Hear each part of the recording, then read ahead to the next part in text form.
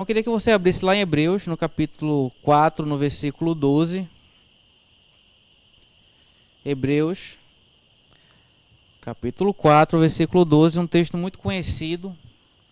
Com certeza, se você nunca leu, você já deve ter ouvido alguém falar na igreja. Que diz assim: Porquanto a palavra de Deus é viva e eficaz e mais cortante que qualquer espada de dois gumes, capaz de penetrar até o ponto de dividir a alma e espírito, juntas e medulas, e é sensível para perceber os pensamentos e intenções do coração. E eu estava meditando sobre esse texto e eu queria focar nessa parte que diz que a palavra de Deus ela é capaz de, ela é sensível para perceber. Tem tradução que fala para discernir os pensamentos e intenções do coração. Essa palavra perceber ou discernir, dependendo da sua tradução, ela no grego, quando ela se refere à palavra de Deus, ela traz um sentido que a palavra de Deus ela vai no nosso interior e ela traz ao nível da nossa própria consciência aquilo que sentimos e quais são as nossas intenções, de forma que a gente mesmo perceba. Então, o que o autor de Hebreus está dizendo é que a palavra de Deus ela vai no nosso íntimo e ela traz à tona para que a gente mesmo consiga perceber aquilo que a gente sente e aquilo que a gente pensa. E quando eu leio esse texto de Hebreus, eu não consigo, na verdade, esquecer. Eu gostaria que você abrisse o texto lá em Apocalipse, no capítulo 1, no versículo 9. Isso é só uma pequena introdução, porque eu preciso que você preste atenção naquilo que eu vou falar.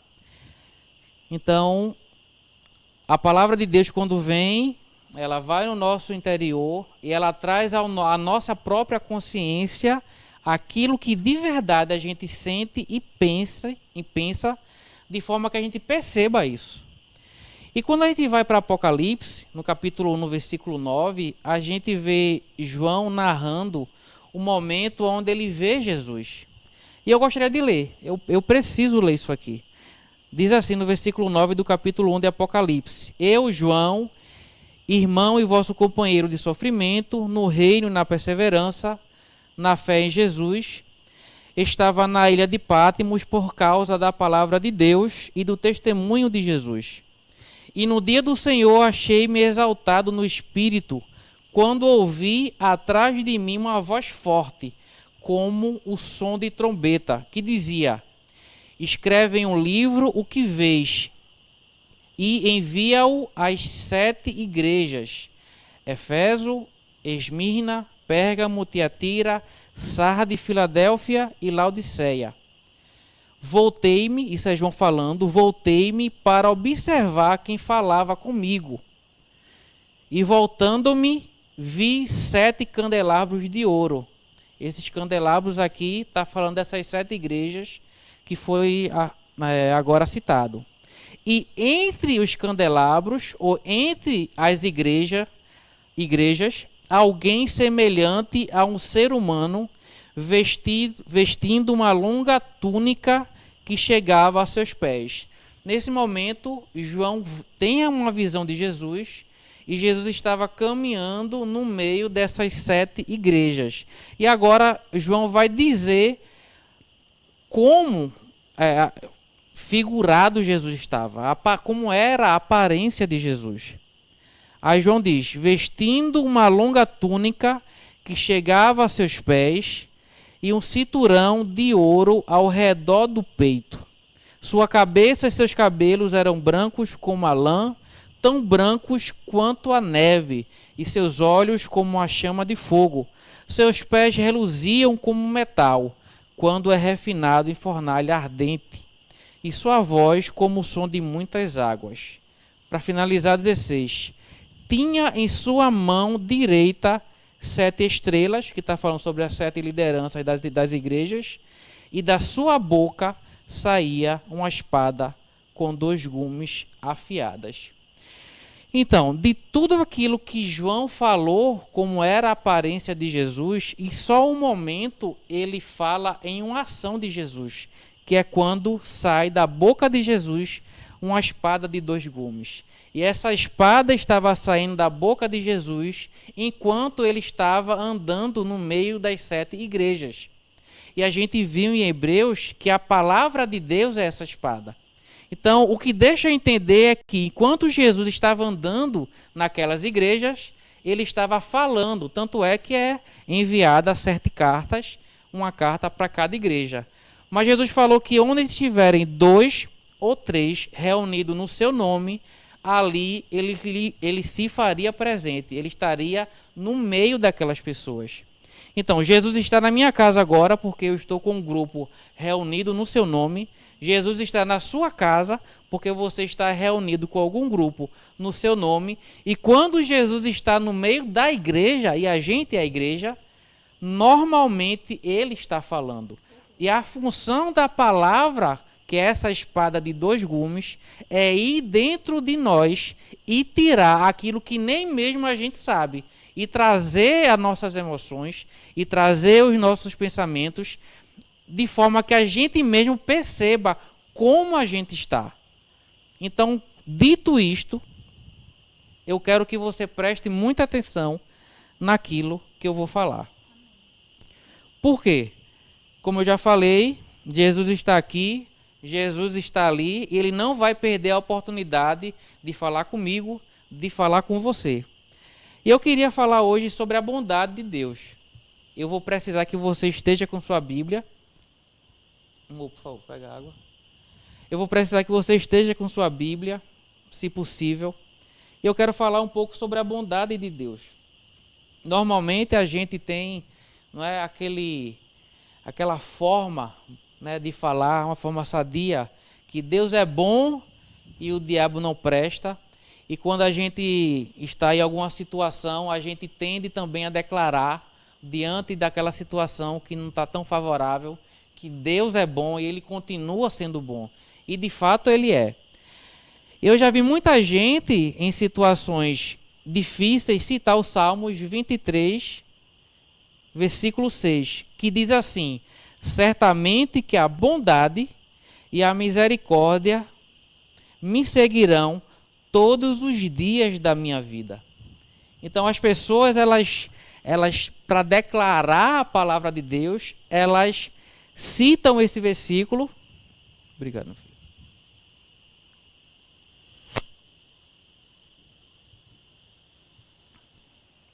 Crendo que tanto a bondade quanto a misericórdia de Deus vai estar seguindo ela todos os dias da sua vida.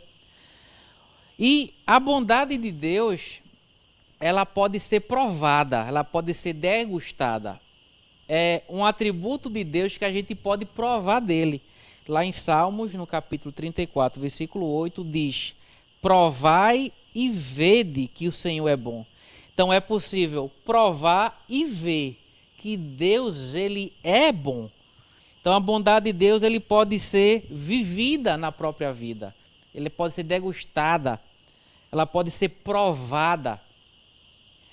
E tem um texto também lá em Atos, no capítulo 14, no versículo 17, um texto muito interessante, que diz assim: Deus não ficou sem dar testemunho sobre a sua própria pessoa, pois demonstrou a sua bondade, enviando-vos dos céus as chuvas e as estações das colheitas, cada uma a seu tempo, concedendo-vos sustento com fartura e enchendo-vos o coração de alegria. Nessa época, né, a economia da localidade, normalmente de qualquer localidade, era rural.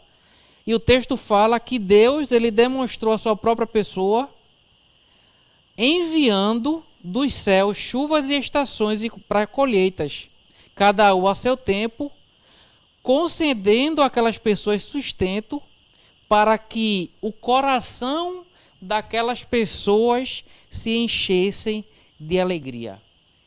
E qual é a função da bondade de Deus? A função da bondade de Deus é encher o coração do ser humano de alegria. Quando Deus se manifesta em bondade, o coração do ser humano, o normal é ele se encher de alegria.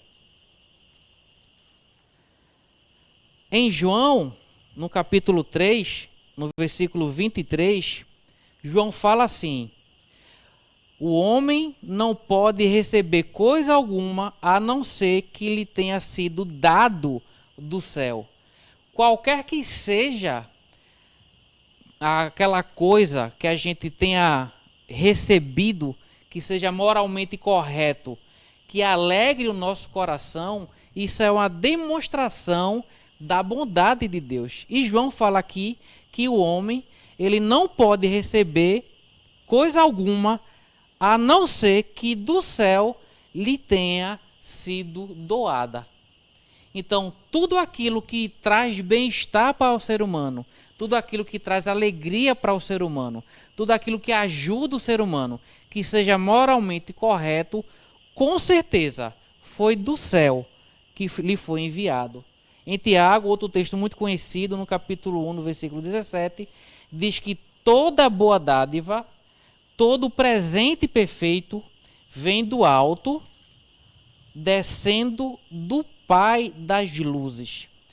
Qualquer que seja a coisa que o ser humano receba, que lhe traga alegria, a gente sabe, se for uma boa dádiva, se for um dom perfeito, ele veio do alto, do Pai das luzes. Então, a bondade de Deus, ela tem como alvo o ser humano. Qualquer coisa que me beneficie, que lhe beneficie, com certeza foi dado por Deus e veio do céu. Agora, isso não depende quem quer que seja a pessoa. Qualquer que seja a pessoa, se ela está sendo, de certa forma, beneficiada, ela está provando a bondade de Deus.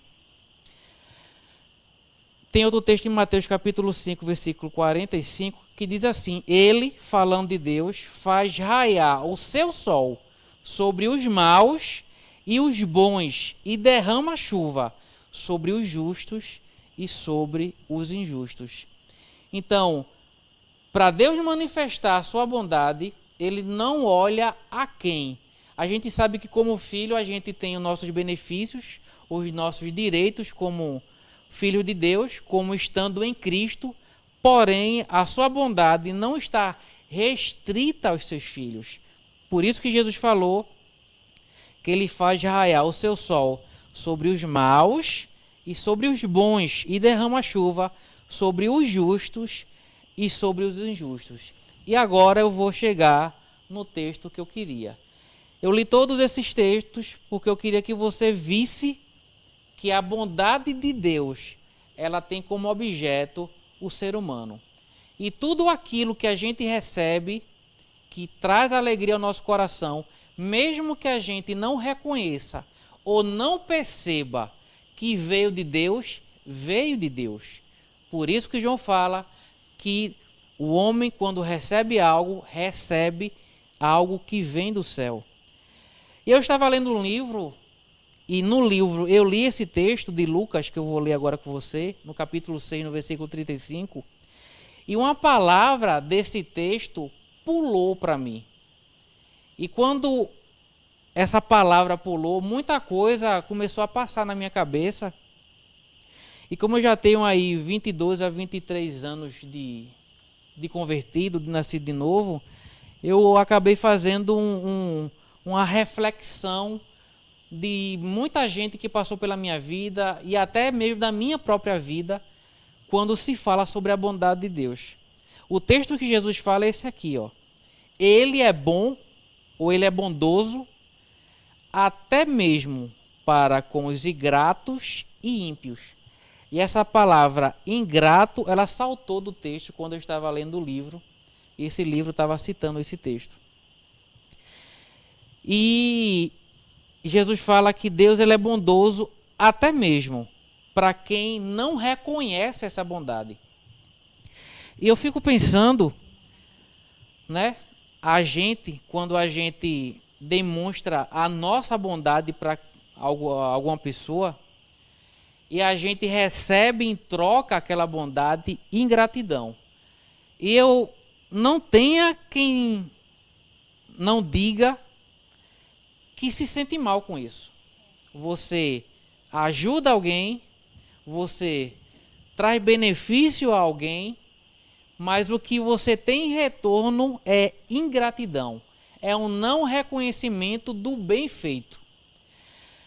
E a gente falha em pensar que muita atitude nossa, de certa forma, não mexe com Deus. A Bíblia fala, João não, Paulo, que a gente não deve entristecer o Espírito Santo. Isso significa que eu posso fazer alguma coisa que vai trazer tristeza ao Espírito Santo. E o Espírito Santo é Deus, ele é todo-poderoso, ele é onisciente, onipresente, mas eu, como criatura sua, eu posso fazer algo que pode trazer tristeza ao coração do Espírito Santo. Tiago fala que eu posso causar ciúme ao Espírito Santo. Eu posso rejeitar a sua presença, não querer buscá-lo, esquecê-lo, pegar o meu tempo e dar para qualquer outra coisa, e isso vai trazer ciúme ao Espírito Santo, porque lá fala que ele zela por nós até o ciúme. E porque a gente não pode pensar também que mesmo Deus sendo tão bom com os ingratos, ele sente essa ingratidão.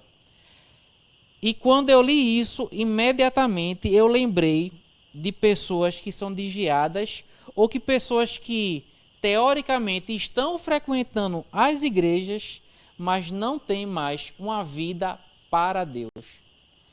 Quantas pessoas estão na igreja ou até agora fora delas, que receberam Jesus, entendem que foi derramado sangue, entendem que Jesus morreu na cruz, mas de forma tão ingrata, elas agora esquecem tudo que foi feito por elas e agora voltam para o mundo, ou simplesmente estão na igreja como se fosse um clube social e estão vivendo de qualquer jeito. Uma pessoa dessa, ela não está sendo grata a tudo aquilo que foi feito em favor dela. Paulo fala que Jesus morreu, a gente ainda sendo pecador. Mesmo a gente sendo pecador, Jesus veio e morreu por nós. Ele não morreu por quem era justo, ele morreu por quem era pecador. Ele morreu por quem precisava do seu sacrifício. Agora imagine você, fazendo tanta coisa boa por pessoas. Eu acredito que você até tenha provado desse dissabor de ter ajudado alguém, de ter demonstrado bondade a alguém e no final das contas ter recebido ingratidão. Tenho certeza que você se sentiu mal, mas às vezes nós olhamos para Deus e pensamos que Deus, entenda o que eu vou falar, achamos que Deus é intocável, mas ações nossas podem tocar aquilo que a gente conhece como os sentimentos de Deus. Deus com certeza se sente muito mal quando ele é bondoso com alguém e quando ele recebe em troca ingratidão. O não reconhecimento por tudo que foi feito e que tem sido feito. A gente está diante de um momento tão decisivo, né, da nossa nação, ou da gente mesmo como igreja. Muitos talvez perderam o emprego, porém ainda continuam conseguindo se sustentar, mostrando que Deus continua sendo bom. Outros nem emprego perderam, não é? Alguns estão recebendo até ajuda do governo, ou ajuda de familiares, ou ainda continuam nas suas casas. Gente, isso é a demonstração que mesmo diante de situações difíceis, Deus continua sendo bom com a gente. Deus sempre vai ser bom. Ele nunca vai mudar porque isso é a natureza dele. Mas a questão não é se Deus vai ser bom. Ele vai ser bom. A questão é se a gente vai ser ingrato ou não com a sua bondade. E outra coisa, gente. A bondade de Deus sobre alguém não valida o comportamento da pessoa. Porque Deus é bom para o justo e para o injusto. Deus é bom para quem é grato e para quem não é grato. Deus é bom para quem reconhece a bondade e também para quem não reconhece. Muitas vezes a gente se pergunta, mas rapaz, aquela pessoa faz tanta coisa errada, mas parece que sempre dá certo a vida dele. Gente, é a bondade dele se manifestando na vida daquela pessoa, mesmo não concordando com o tipo de vida que ela tem. E mesmo aquela pessoa tendo aquele tipo de vida, aquilo mexe para Deus e cheira como ingratidão, mesmo Deus sendo tão bom com aquela pessoa. Mesmo Deus sendo tão bom com aquela pessoa. Eu queria ler aqui algo para você que eu escrevi. Quando somos bondosos e existe o reconhecimento, como nós nos sentimos? Quando você faz algo de bom para alguém, quando você ajuda alguém e a pessoa ela retorna aquilo com reconhecimento, como é que você se sente? Eu tenho certeza que você se sente reconhecido, satisfeito, dá até vontade de fazer mais. E por que a gente acha que Deus não sente a mesma coisa? Mas quando somos bondosos e não existe gratidão da outra parte, como nos sentimos? O mínimo que a gente se sente é usado. E quantas pessoas apenas têm usado Deus porque Ele é útil? Essa palavra bondoso no grego é alguém que é útil. Você já foi útil para alguém e depois você percebeu que só estava apenas sendo usado? Eu já me senti assim. Pessoas que se aproximaram de mim para me usar. E quantas pessoas hoje, gente, só se aproximam de Deus para usar a bondade de Deus? Eu não sei se você sabe, mas Deus não se engana. Deus sabe quando alguém se aproxima apenas para usá-lo. Mas Deus é bom. E mesmo sendo usado, Ele não pode negar sua própria natureza. Mas Deus sabe quem apenas o está usando. Espero que você não esteja assim. Quantos de nós ou já fez ou já viu alguém fazer? Quando está tudo bem, a pessoa se desvia. Quando está mal, a pessoa vem para a igreja.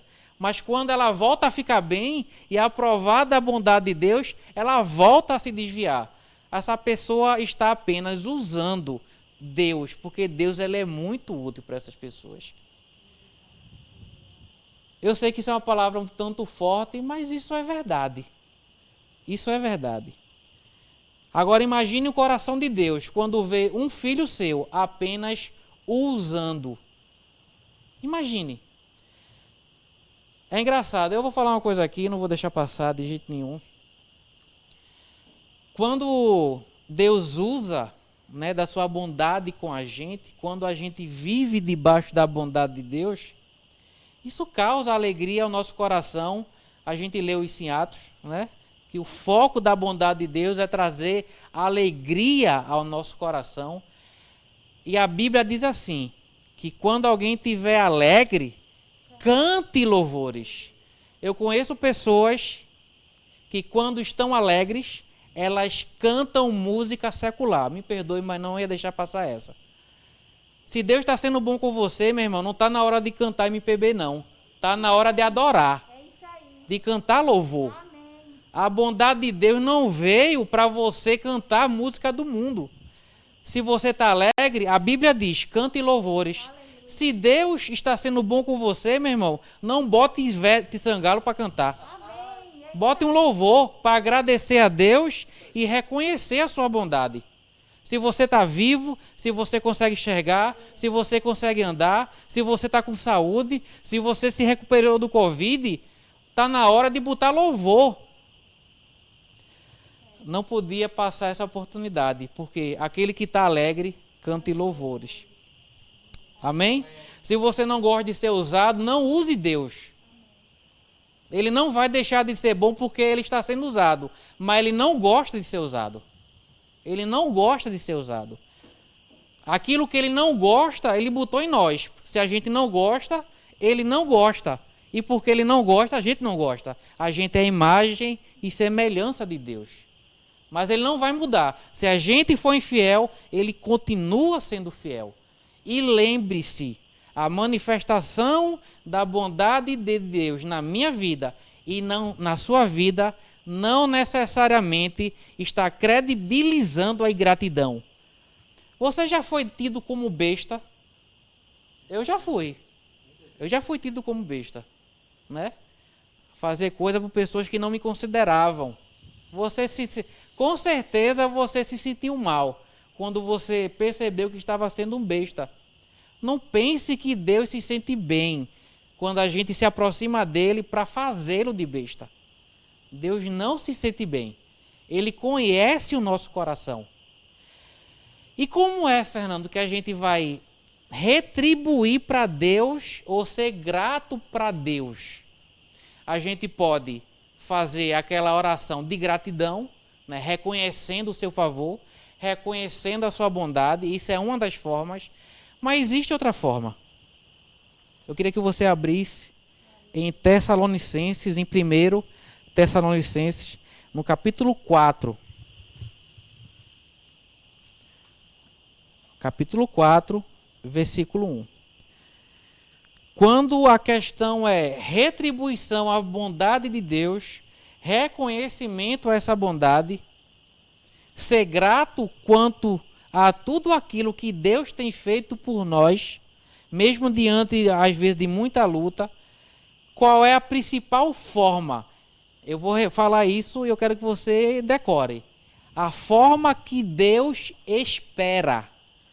Quando você faz o bem para alguém, né, normalmente a gente não faz querendo receber em troca, mas a gente se alegra em receber reconhecimento. Isso não é errado. O que Jesus reprova é dar com a intenção de receber. Dar com a mão, querendo receber com a outra. Mas todo mundo se alegra em ser reconhecido pelo que foi feito. E Deus também que se alegra. E o que é que Deus quer como reconhecimento da sua bondade? 1 Tessalonicenses, capítulo 4, versículo 1. Diz assim: quanto ao mais, caros irmãos, já vos orientamos acerca de como viver a fim de agradar a Deus. Qual é a forma que nós temos de agradar a Deus? De dar o retorno em reconhecimento a essa bondade que é tão abundante sobre nós. Paulo fala que a forma de agradar a Deus, ele fala sobre como viver. Aí a pergunta que eu faço para mim, para quem está aqui em casa, para você que está aí no outro lado é: como você tem vivido em relação a Deus? Como é que tem sido a sua santidade? Como é que tem sido a sua moralidade? Deus é bom até com o imoral, gente. Um dia essas pessoas serão julgadas, isso é certo. Mas Deus, até chegar lá, Ele vai continuar mostrando a sua bondade. E eu volto a perguntar: como é que está a sua vida? Ela está agradando a Deus? Ela está mostrando esse reconhecimento da bondade de Deus? Será que é relevante mesmo a cruz para nós? Será que de fato a gente reconhece o sangue de Jesus? A gente se esforça para entender que alguém morreu por nós. Eu acho que tem muito crente precisando voltar a escutar sobre a morte de Jesus e começar a entender que a vida dele tem que ser uma vida que vai retribuir, que vai agradar a quem um alto preço pagou. E a pergunta que eu volto a fazer: como é que está a sua vida? Como é que você está vivendo? Se estiver vivendo mal, deve continuar sendo bom. Um dia você vai ser julgado. Qualquer um vai ser. Muitas pessoas têm a falsa sensação que a bondade de Deus é o aval de Deus para continuar no erro.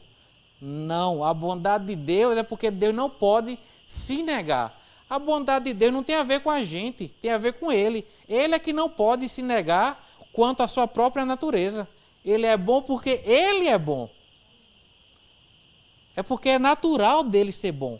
E Ele é bom para todos, sem exceção de pessoas. Então a bondade dele não valida nenhum comportamento errado. Pelo contrário, a bondade de Deus deveria fazer a gente refletir Se Deus é tão bom comigo, eu preciso ser grato a Ele, não só com minha boca, mas também com a minha vida. Eu queria ler outro texto para você, lá em Efésios. Quando se fala de gratidão, a gente não pode esquecer de falar de amor. Lá em Efésios, no último capítulo e no último versículo. Efésios, capítulo 6, no versículo 24. Todos nós estamos durante, eu acho que mais de 2 meses, sem ir à igreja, sem frequentar, a instituição igreja. No nosso caso, o Verbo da Vida Recife Campo Grande, talvez outra pessoa de outra denominação esteja nos assistindo, mas a gente é a igreja. E Deus está vendo como a gente está vivendo na quarentena. Deus está vendo como a gente está vivendo dentro de casa. Deus, Ele está vendo. E Ele quer ver e quer ter o prazer de ver uma vida que retribui em gratidão a sua bondade. Lá em Efésios capítulo 6, no versículo 24, diz assim: o último versículo de Efésios: a graça seja com todos os que amam a nosso Senhor Jesus Cristo com amor sincero e incorruptível. Desse texto que fala sobre amar Jesus, eu posso tirar 2 coisas daqui. Primeiro, Paulo fala sobre amar com amor sincero. Então significa que é possível amar com amor não sincero. E ele fala sobre o amor incorruptível. Essa palavra eu posso substituir por um amor que não vence. Mas o que é isso, Fernando? Um amor que não vence? Você já comprou um produto próximo ao prazo de validade, onde ele faltavam 2 dias, um dia para vencer? Ou você já comprou um produto vencido que você só percebeu que ele tinha vencido quando você chegou em casa? Você foi ver no rótulo, estava lá que já passaram 10 dias desde o seu vencimento.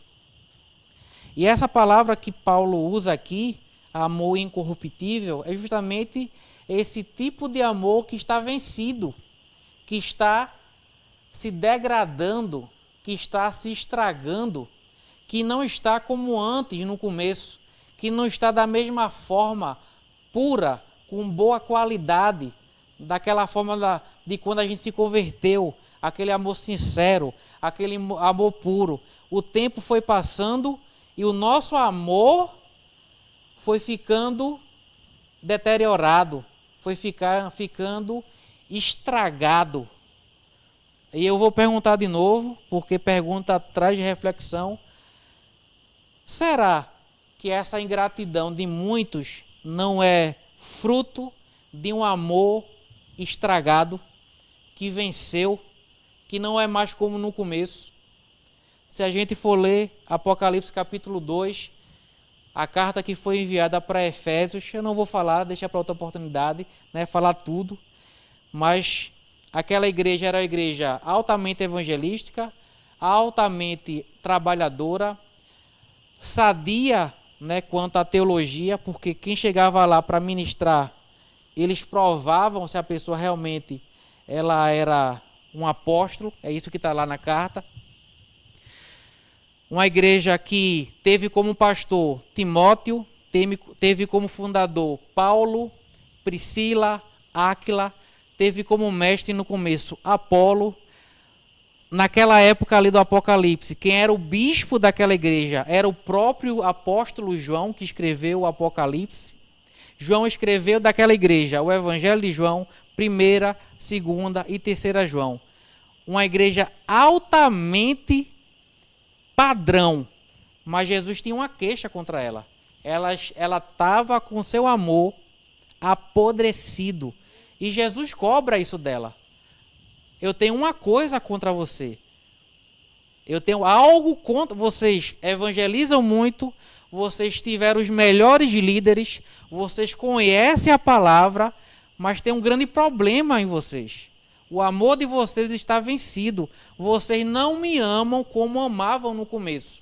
E o começo daquela igreja está lá no capítulo 18, capítulo 19 e capítulo 20 de Atos. Nasceu no avivamento. Uma igreja altamente evangelística, de forma que toda a Ásia ouviu o evangelho na época que Paulo fundou aquela igreja. Mas com o tempo, desde o seu fundamento até a escrita da carta para aquela igreja, se passaram entre 35 e 40 anos. E isso foi o suficiente para aquela igreja perder o que Jesus fala de primeiro amor. 35 a 40 anos. Quantos de nós, às vezes em meses, perde o primeiro amor? Parece que o nosso prazo de validade quanto ao amor a Jesus é muito pequeno, comparado à igreja de Efésios.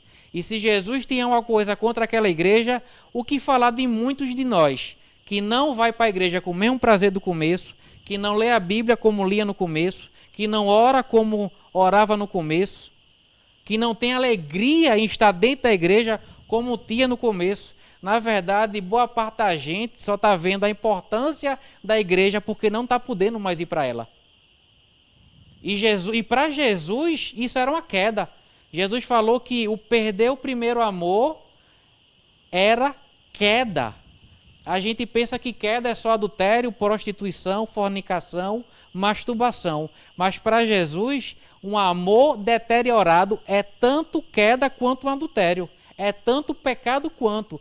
Tanto é que Jesus diz, se arrependa. Aleluia. Se arrependa. Agora você, infelizmente, a gente acha, como eu falei no começo, que Deus é intocável. Jesus é intocável. De fato é, mas tem coisa que a gente faz que mexe com o coração de Deus. Jesus falou, eu tenho algo contra você. Falando sobre o perder o primeiro amor. Então tinha algo incomodando Jesus. Se Jesus não ligasse para a forma que a gente está, se Jesus não ligasse para o ritmo do começo e o perder esse ritmo, se Jesus não ligasse para o amor do começo, para depois o amor deteriorado, ele não tinha falado que tinha alguma coisa contra aquela igreja. Mas a questão era pessoal, até porque Jesus é o alvo do nosso amor e ele não vai aceitar qualquer amor. Quando ele viu que a igreja perdeu o amor do começo, ele avisou a igreja, eu tenho uma coisa contra vocês, eu vou ser muito sincero, vocês caíram, vocês precisam se arrepender. Então o fruto de tanta ingratidão a Deus, acredito eu, é simplesmente esse amor vencido, deteriorado, mas que tem solução, que só pode voltar a ser como no começo, se ele for primeiro reconhecido e depois houver um sincero arrependimento. E Jesus ainda fala assim para encerrar, lembre da onde você caiu e volte às primeiras práticas. Aí muitos falam assim, Jesus sabe que eu amo ele. Mas Jesus, além de saber, ele quer que a gente volte às primeiras práticas. Jesus não quer abstração. Jesus não quer subjetividade. Ele quer ver aquilo que a gente diz. Jesus, eu te amo. Ele quer ver a gente voltar às primeiras práticas. E só um coração que reconhece e que se arrepende pode voltar às primeiras práticas.